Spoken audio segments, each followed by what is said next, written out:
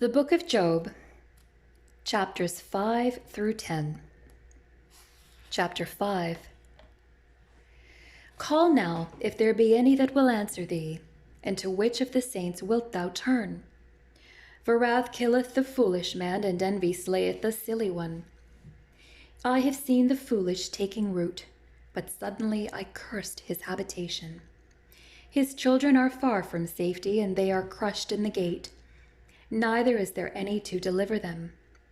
Whose harvest the hungry eateth up, and taketh it even out of the thorns, and the robber swalloweth up their substance. Although affliction cometh not forth of the dust, neither doth trouble spring out of the ground.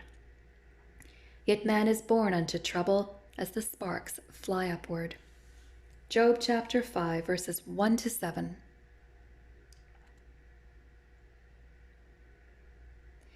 Eliphaz's challenge to Job. Eliphaz's interpretation of the suffering of Job is that it is due to the personal sin of Job. To argue this point, Eliphaz asks Job to call up any saint and see if they don't agree with him. Verse 1. He goes on to say that wrath killeth the foolish man, and envy slayeth the silly one. Verse 2. Notice that Eliphaz's understanding sees God as a cause and effect God only. The foolish always merit the repercussions of their foolishness. He continues talking about the foolish, saying, his children are far from safety, and they are crushed in the gate. Neither is there any to deliver them. Whose harvest the hungry eateth up, and taketh it even out of the thorns, and the robber swalloweth up their substance. Verses 4 and 5. Again, Eliphaz is highlighting the fact that Job must be as the foolish and is meriting judgment from God. This is made perfectly clear by verses 6 and 7. Although affliction cometh not forth of the dust, neither doth trouble spring out of the ground. Yet man is born unto trouble, as the sparks fly upward. Affliction cometh not forth of the dust, neither doth trouble spring out of the ground. Eliphaz is saying that trouble does not just happen, it is merited and is a judgment from God. I would seek unto God, and unto God would I commit my cause, which doeth great things and unsearchable, marvelous things without number. Who giveth rain upon the earth, and sendeth waters upon the fields, to set up on high those that be low, that those which mourn may be exalted to safety. He disappointed the devices of the crafty, so that their hands cannot perform their enterprise. He taketh the wise in their own craftiness, and the counsel of the froward is carried headlong. They meet with darkness in the daytime, and grope in the noonday as in the night. But he saveth the poor from the sword, from their mouth, and from the hand of the mighty. So the poor hath hope, and iniquity stoppeth her mouth. Behold, happy is the man whom God correcteth. Therefore despise not thou the chastening of the Almighty. Job chapter 5, verses 8 to 17. Eliphaz's advice. Eliphaz's advice is for Job to admit wrongdoing and seek forgiveness from the Lord. I would seek unto God, and unto God would I commit my cause. Verse 8. Eliphaz piously assumes that Job is not right with God, and if he would only admit wrongdoing, God, who doeth great things, verses 9 to 16, would not just stop his judgments on Job, but would also bless him. Verses 18 to 26. But Eliphaz is wrong and self-righteous. He assumes that Job is being corrected and chastened by God for sins, and if he would only embrace it and admit wrongdoing, Job's suffering would all go away. Verse 17. Throughout the scriptures, many righteous people suffered without any wrongdoing on their part. Daniel was righteous. Please see Ezekiel 14:14. Yet he was carried away into Babylonian captivity and thrown into a lion's den, as in Daniel 6:16. Joseph was wrongly treated of his brethren, sold into slavery, wrongly accused, and thrown in prison.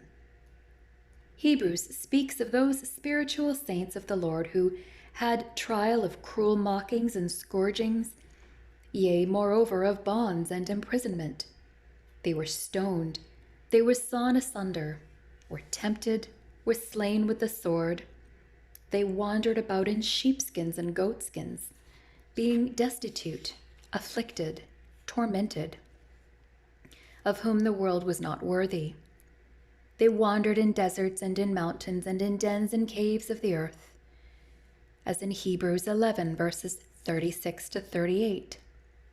According to Eliphaz's understanding, all these sufferings must be because of sin in their lives. If this is the case, all the prophets of God would be living in sin, and John the Baptist got his head cut off because he was not right with God.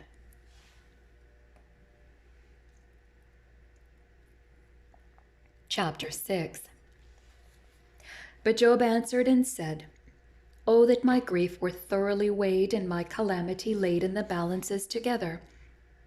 For now it would be heavier than the sand of the sea. Therefore my words are swallowed up. For the arrows of the Almighty are within me. The poison whereof drinketh up my spirit. The terrors of God do set themselves in array against me. Doth the wild ass bray when he hath grass? Or loweth the ox over his fodder? Can that which is unsavory be eaten without salt? Or is there any taste in the white of an egg? The things that my soul refused to touch are as my sorrowful meat." Job chapter 6, verses 1 to 7. Job justifies his actions. Job's suffering is greater than can be put into words. Verses 1 to 3. Because of Eliphaz's words of, "Behold, happy is the man whom God correcteth, therefore despise not thou the chastening of the Almighty," in chapter 5, verse 17, Job goes on to defend his cry of innocence and his right to complain in pain and bitterness of soul. Job explains that it is only natural to feel like he does when suffering and pain comes. Verses 1 to 7. It is natural for the ass to bray when he has plenty of food to eat, as it is natural for the ox to make sounds of joy over his food. Verse 5.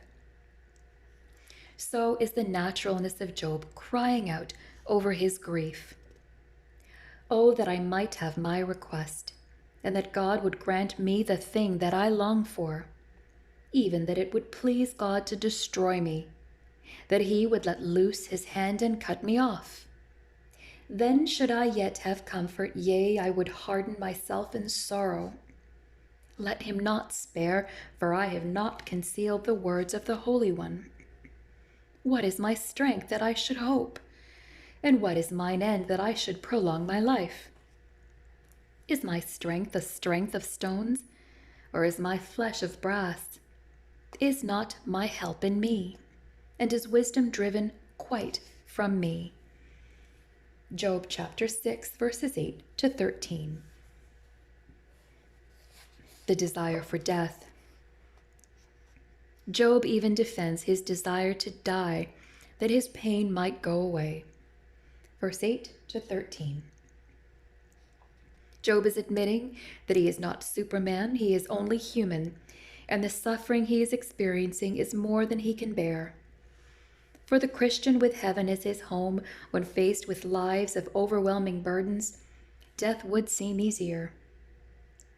The Christian, for instance, who has to endure the suffering of their child with third-degree burns over their body, would seem death easier to bear.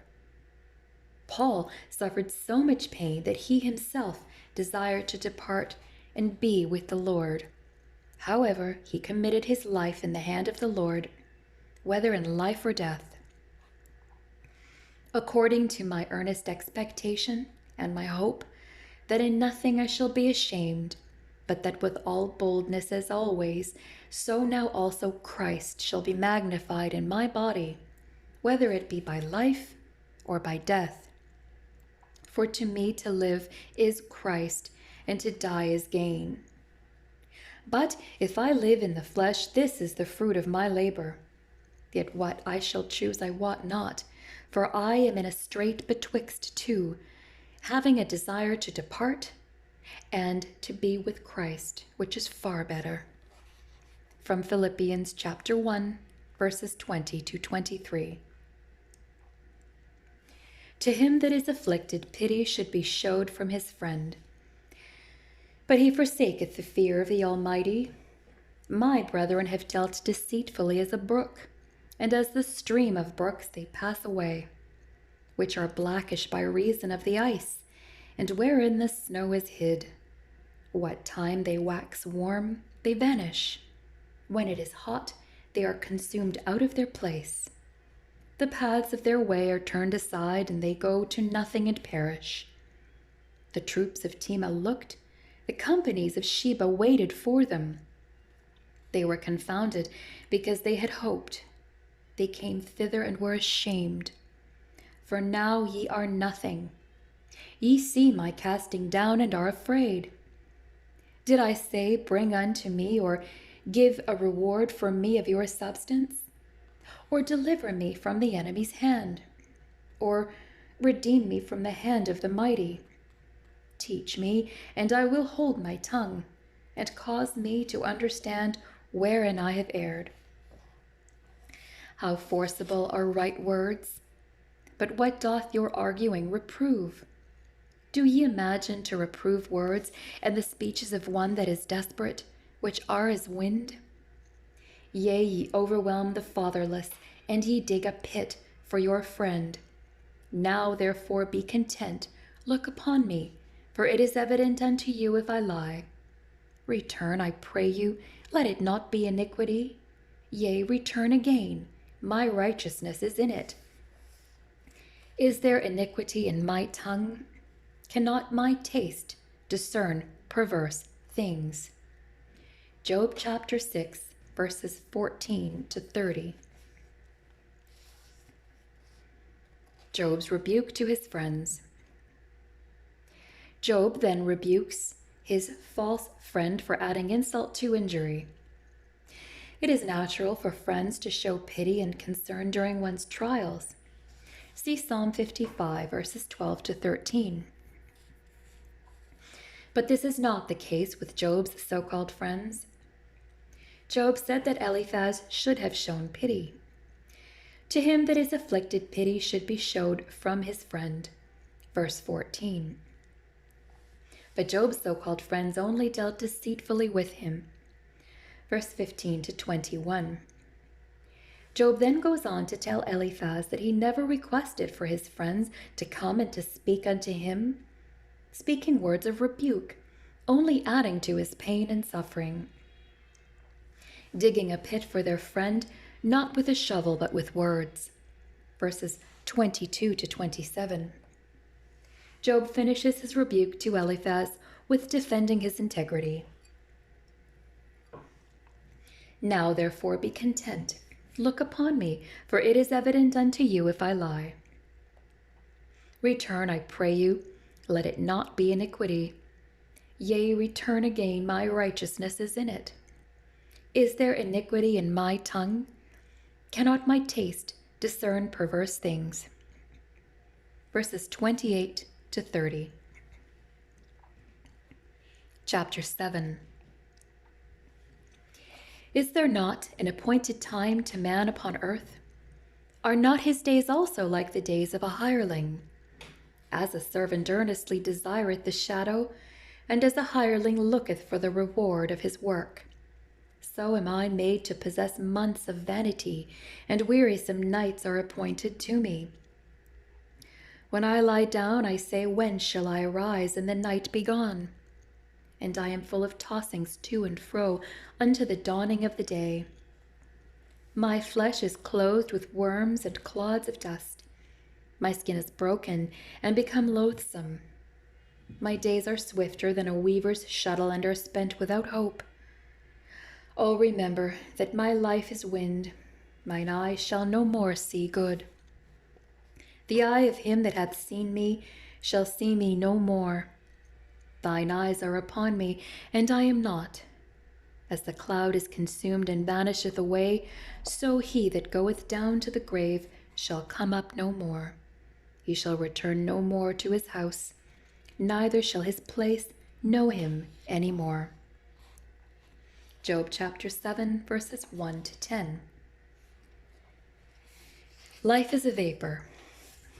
James tells us that life is but a vapor, as in James chapter 4, verse 14. And to this Job agrees. Only Job in his despair looks at life not as a gift from God, but as a laborious job desirous only for its end. Are not his days also like the days of a hireling, or as a servant earnestly desireth the shadow? In other words, the end of the workday. Verses 1 and 2. Job's days are only filled with toil, and his nights add no comfort. At least the hireling and the servant get a reprieve from their toil at the end of the day, but not Job, for the night only brings tossings to and fro. Verse 4. Job uses many illustrations to show the shortness of life. Job uses the swiftness of a weaver's shuttle, an arrow, verse 6. Wind, verse 7, and clouds that vanish away, verse 9. The book of Psalms tells us, the days of our years are 80 years and 10. And if by reason of strength they be 80 years, yet is their strength labor and sorrow, for it is soon cut off and we fly away. Psalm 90, verse 10. Job is acknowledging the shortness of our lives, and at the end of it all, very few are remembered. Verse 10. So life is short and swift, and the older we get, the more we reckon this to be true. Therefore, it is good to know the purpose of life. Please see Ecclesiastes chapter 12, verse 13. Therefore, I will not refrain my mouth. I will speak in the anguish of my spirit. I will complain in the bitterness of my soul. Am I a sea or a whale that thou settest a watch over me? When I say my bed shall comfort me, my couch shall ease my complaint, then thou scarest me with dreams and terrifiest me through visions, so that my soul chooseth strangling and death rather than my life. I loathe it. I would not live always. Let me alone, for my days are vanity. What is man that thou shouldest magnify him, and that thou shouldest set thine heart upon him, and that thou shouldest visit him every morning, and try him every moment? How long wilt thou not depart from me, nor let me alone till I swallow down my spittle? I have sinned.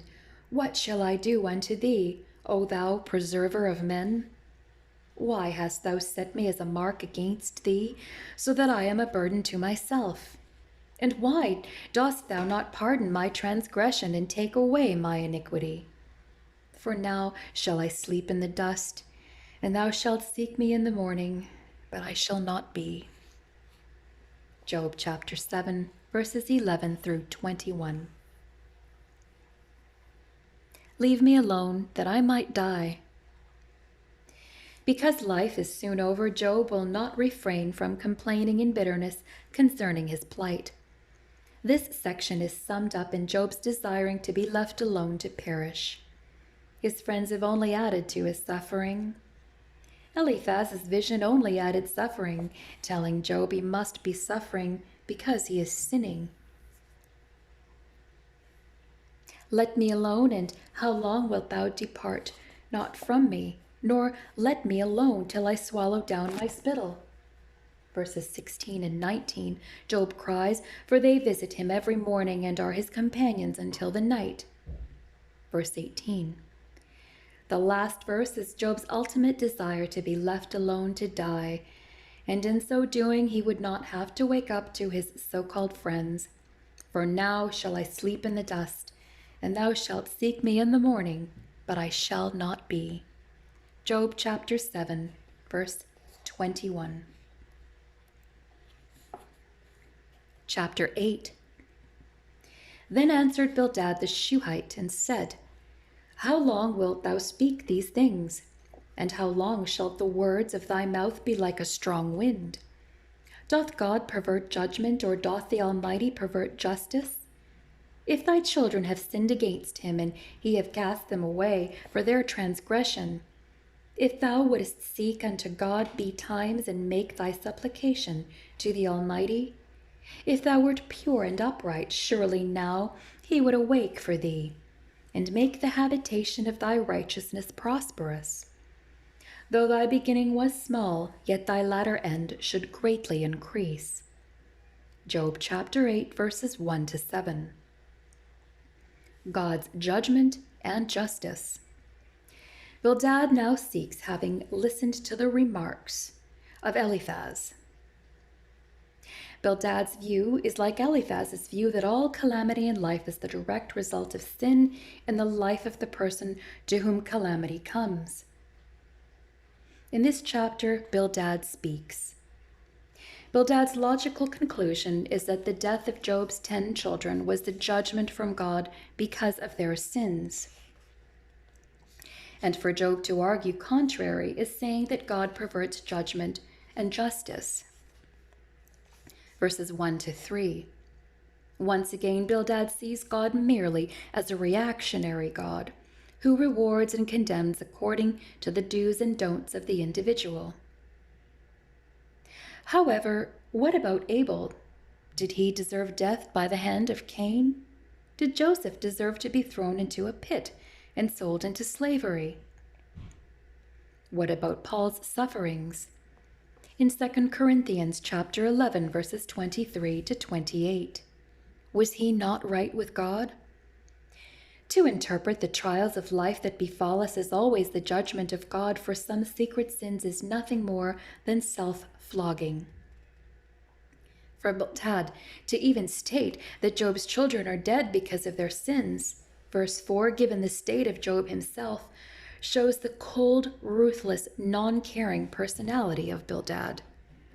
Truly, Bildad is reminiscent of the Pharisees. For inquire, I pray thee, of the former age, and prepare thyself to the search of their fathers.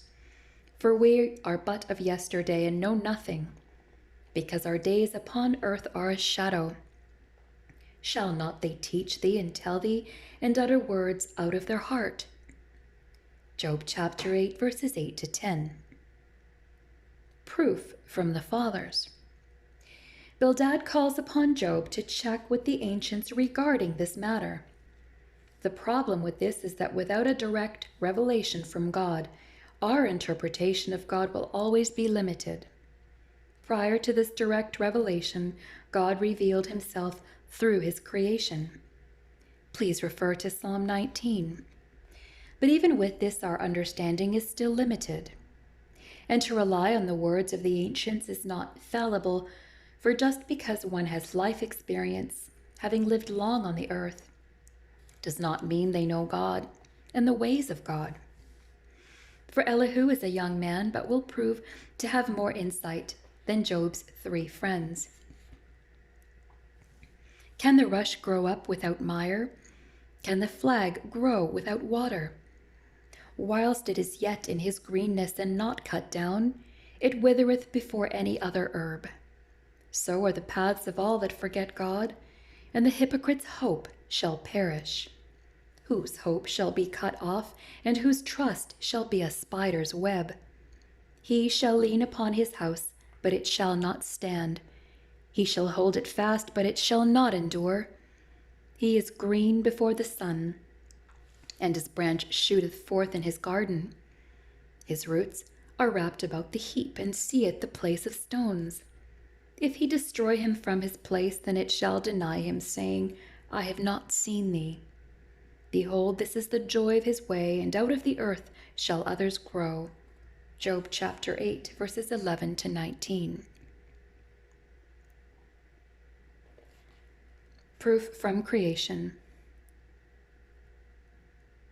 Bildad, because of his preconceived notions as to who God is, looks at creation from this paradigm. Creation to Bildad is cold and calculated. Thus Bildad looks at the reeds along the river and likens Job to them. For they are quick to perish when drought comes. Verse 11 to 12. Bildad is subtly saying that when Job is placed under trials, he is easily withered and cut down. Bildad says he is also like the spider's web that is wiped away so easily by the swipe of the broom. Verses 14 and 15. What kind words for a man going through what Job is? However, Bildad continues, there is the reed that is green, whose roots are wrapped around the rocks, whose end is blessed and grows. Verses 16 to 19. Bildad is comparing these two reeds or plants to those that perish and those that grow. Bildad is subtly telling Job he is as those that perish, those that deserve it because of where they placed themselves. Behold, God will not cast away a perfect man, neither will he help the evildoers, till he fill thy mouth with laughing and thy lips with rejoicing. They that hate thee shall be clothed with shame, and the dwelling place of the wicked shall come to naught. Job chapter 8, verses 20 and 22. Bildad's conclusion. Because of Bildad's thwarted view of God, his natural conclusion is, God will not cast away a perfect man, neither will he help the evildoers. Verse 20. However, this is a half-truth, for God is not willing that any should perish. Please see 2 Peter 3, verse 9. The world before the flood deserved the judgment of God. While the floods of judgment did come, it was only after God waited 969 years. Truly, the long-suffering of God did wait during the time of Noah. 1 Peter chapter 3, verse 20. And as for God not casting away a perfect man, one needs only to read of the faithful in the book of Hebrews to understand that this is not always so. And others had trial of cruel mockings and scourgings, yea, moreover of bonds and imprisonment. They were stoned, they were sawn asunder, were tempted, were slain with the sword. They wandered about in sheepskins and goatskins, being destitute, afflicted, tormented, of whom the world was not worthy. They wandered in deserts and in mountains, and in dens and caves of the earth. And these all, having obtained a good report through faith, received not the promise.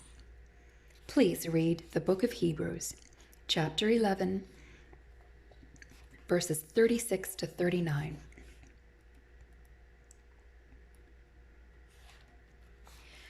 Chapter 9. Then Job answered and said, I know it is so of a truth, but how should a man be just with God? If he will contend with him, he cannot answer him one of 1,000. He is wise in heart and mighty in strength, who hath hardened himself against him and hath prospered, which removeth the mountains, and they know not, which overturneth them in anger, which shaketh the earth out of her place, and the pillars thereof tremble, which commandeth the sun, and it riseth not, and sealeth up the stars, which alone spreadeth out the heavens, and treadeth upon the waves of the sea, which maketh Arcturus, Orion, and Pleiades, and the chambers of the south, which doeth great things past finding out, yea, and wonders without number. Lo, he goeth by me, and I see him not. He passeth on also, but I perceive him not. Behold, he taketh away. Who can hinder him? Who will say unto him, What doest thou? If God will not withdraw his anger, the proud helpers do stoop under him. Job chapter 9, verses 1 to 13. How shall man be just with God? It is clear in this chapter that Job understands the omnipotence of God and the omniscience of God. That is, Job understands that God is all-powerful and all-knowing. So then the question is, how does man answer or even begin to justify himself to God? In other words, argue his case before God. Job knows he is a perfect and upright man. He also understands that God punishes sin. So then how is it Job is suffering? Job's desire is to dispute this point with God, but who is Job to contend with the Almighty? Verses 1 to 4. Thus, at the end of this chapter, Job desires a mediator to bring his case to God, in verses 32 through 35. To underscore Job's point that he needs a mediator to bring his case before God, Job goes through a list of proofs that God is so powerful and all-knowing that there is no way in which mortal man can contend his case before God. Job starts off with God being all-powerful in his destructive processes. God is so powerful that in his anger he can overturn mountains and shake the earth out of its place, even make the pillars of the earth to tremble. Verses 5 to 6. God is also all-powerful in his creative process, commanding the sun to rise not, and sealing up the stars so that they are fixed in the heavens. Verse 6. The stars are so fixed or sealed in their position that mankind has been using them for navigation since the dawn of exploration. These stars are so fixed that God will come along and ask Job if he is able to loose the bands of Orion. Please refer to Job 38:31. God is asking, can Job loosen the 3 belt stars that make up Orion's belt? No one on the face of this earth is able, but God can and will. Please see Matthew 24:29. God alone spread out the heavens like a curtain. Please refer to Psalm 104, verse 2. And also Job, verse 8. And treads upon the waves of the sea. The context of this is not the sea as in the oceans. I believe that it is the sea that is over our heads, and the waves are the radio waves, the invisible waves that move throughout space.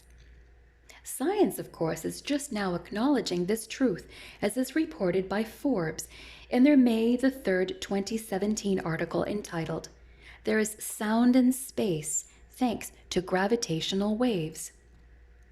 God also is so great and powerful that when he made the stars, he placed them in constellations known to us even today. Arcturus, the brightest star in the constellation of the Great Bear. See Job 38:32. Orion, the constellation of the man with a bow. Job 38:31. And Pleiades, a great star cluster seen in the northern sky. Job 38:31. And the chambers of the south, thought to be the other constellations opposite those mentioned, chambers or houses. Verse 9. Job summarizes with his understanding that it is because God is so great and powerful that he is unknowable. Verses 10 to 13. How much less shall I answer him and choose out my words to reason with him? Whom, though I were righteous, yet would I not answer, but I would make supplication to my judge. If I had called and he had answered me, yet would I not believe that he had hearkened unto my voice. For he breaketh me with a tempest, and multiplieth my wounds without cause. He will not suffer me to take my breath, but filleth me with bitterness. If I speak of strength, lo, he is strong, and if of judgment, who shall set me a time to plead? If I justify myself, mine own mouth shall condemn me. If I say I am perfect, it shall also prove me perverse. Though I were perfect, yet would I not know my soul. I would despise my life. This is one thing, therefore I said it, he destroyeth the perfect and the wicked. Job chapter 9, verses 14 through 22. Who can reason with God? Job in these verses is arguing that he would answer God if God were not so great and powerful. It is like the peasant farmer that has no access to the king of the land to dispute his case of overwork and too heavy taxes. Job feels like he has no grounds to argue his case, the case of Job being perfect and upright, and yet he is being buffeted. Therefore Job concludes in his mind that he destroyeth the perfect and the wicked. Verse 22. If the scourge slay suddenly, he will laugh at the trial of the innocent. The earth is given into the hand of the wicked. He covereth the faces of the judges thereof. If not, where and who is he? Now my days are swifter than a post. They flee away, they see no good.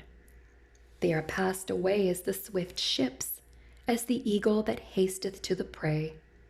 If I say I will forget my complaint, I will leave off my heaviness and comfort myself. I am afraid of all my sorrows. I know that thou wilt not hold me innocent. If I be wicked, why then labor I in vain? If I wash myself with snow water, and make my hands never so clean, yet shalt thou plunge me in the ditch, and mine own clothes shall abhor me. Job chapter 9, verses 23 through 31. Job's defense of his innocence. Job continues to maintain his innocence. This Job will do continually throughout the book. His argument in these verses is more along the lines of, if I were guilty, why would I continue to labor to defend myself? Verse 29. For he is not a man as I am that I should answer him, and we should come together in judgment. Neither is there any daysman betwixt us, that might lay his hand upon us both. Let him take his rod away from me, and let not his fear terrify me. Then would I speak and not fear him, but it is not so with me. Job chapter 9, verses 32 to 35. Job's desire for a mediator. Job is wondering, how is it that mortal man can know this all-knowing, all-powerful God, or much less, how is it that God would care for the plight of Job? Verse 32. Job sees the great gulf separating himself and God and desires one to stand in between them both as a mediator, that Job might plead his case. Verse 33. This, of course, is what God did in the person of Jesus Christ. For there is one God and one mediator between God and men, and that man is Christ. 1 Timothy 2, verse 5. Job ends this chapter with a desire for the suffering to stop long enough to speak on his behalf, but the reprieve does not come. Verse 34 and 35. In the next chapter, Job will speak out in the bitterness of his soul. Chapter 10. My soul is weary of my life. I will leave my complaint upon myself. I will speak in the bitterness of my soul. I will say unto God, do not condemn me. Show me wherefore thou contendest with me. Is it good unto thee that thou shouldest oppress, that thou shouldest despise the work of thine hands, and shine upon the counsel of the wicked? Hast thou eyes of flesh, or seest thou as a man seeth? Are thy days as the days of man? Are thy years as a man's days? That thou inquirest after mine iniquity, and searchest after my sin. Thou knowest that I am not wicked, and there is none that can deliver out of thine hand. Thine hands have made me and fashioned me together round about. Yet thou dost destroy me. Remember, I beseech thee, that thou hast made me as the clay, and wilt thou bring me into dust again? Hast thou not poured me out as milk, and curdled me like cheese. Thou hast clothed me with skin and flesh, and hast fenced me with bones and sinews. Thou hast granted me life and favor, and thy visitation hath preserved my spirit. And these things hast thou hid in thine heart. I know that this is with thee. If I sin, then thou markest me, and thou wilt not acquit me from mine iniquity. If I be wicked, woe unto me, and if I be righteous, yet will I not lift up my head. I am full of confusion, therefore see thou mine affliction, for it increaseth. Thou huntest me as a fierce lion, and again thou showest thyself marvelous upon me. Thou renewest thy witnesses against me, and increaseth thine indignation upon me. Changes and war are against me. Wherefore then hast thou brought me forth out of the womb? Oh, that I had given up the ghost, and no eye had seen me. I should have been as though I had not been. I should have been carried from the womb to the grave. Are not my days few?